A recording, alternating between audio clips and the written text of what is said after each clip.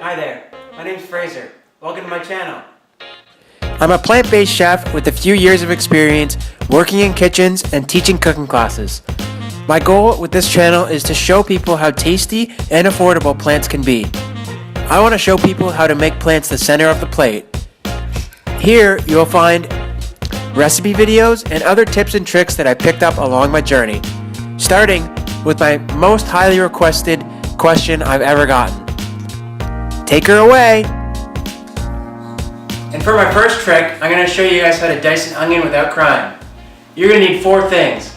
An onion, a really sharp knife, shout out to Victorinox for this free blade, a cutting board, and a bowl for your onion scraps, like the skins and stuff. Let's get chopping. So, to start off, you're going to cut off this end. This is like the end that just kind of grows in the sky. And this is the root end. So you're going to keep the root intact because it will hold everything together. Put that in the bowl. And then you're going to cut it in half. Just like that. So you have 2 halves. And then you're going to peel the skin, the outer layer, but keeping that first layer. And peel that right off like that. And then you're going to bring the onion to the edge of the cutting board. And now you're going to make some vertical cuts along the top of the onion.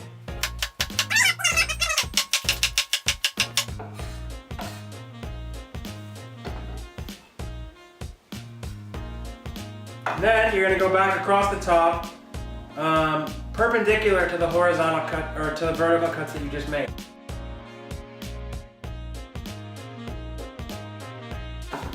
And it just leaves you with this little root that you can just compost or you can put in your veg stock.